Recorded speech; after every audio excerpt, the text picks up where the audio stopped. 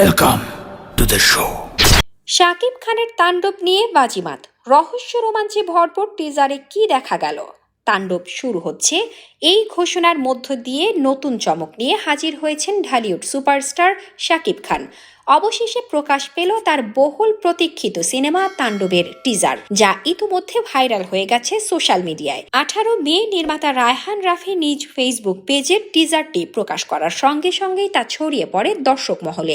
শাকিব খান নিজেও জানিয়ে দেন, সিনেমার ভূমিকম্প শুরু হতে চলেছে, বিশৃঙ্খলার নতুন রূপের মুখোমুখি হন। এই ঈদুল আজহায় সবাইকে নিজ এলাকার প্রেক্ষাগৃহে অবস্থান নিতে বলা হয়েছে। তাণ্ডব আসছে। টিজারে কি দেখা গেল?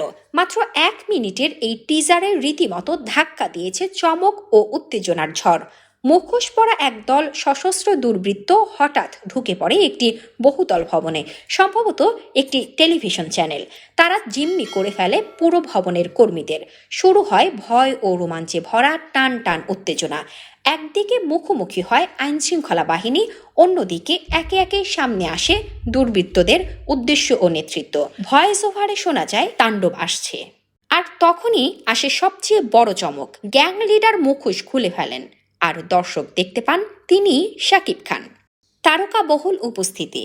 টিজারের ঝলক দেখা গেছে জনপ্রিয় অভিনেত্রী জয়া আহসানের। এছাড়াও মাত্র 40 সেকেন্ডের বিশেষ ক্যামিওতে নজর কেড়েছেন শরীফুল রাজ।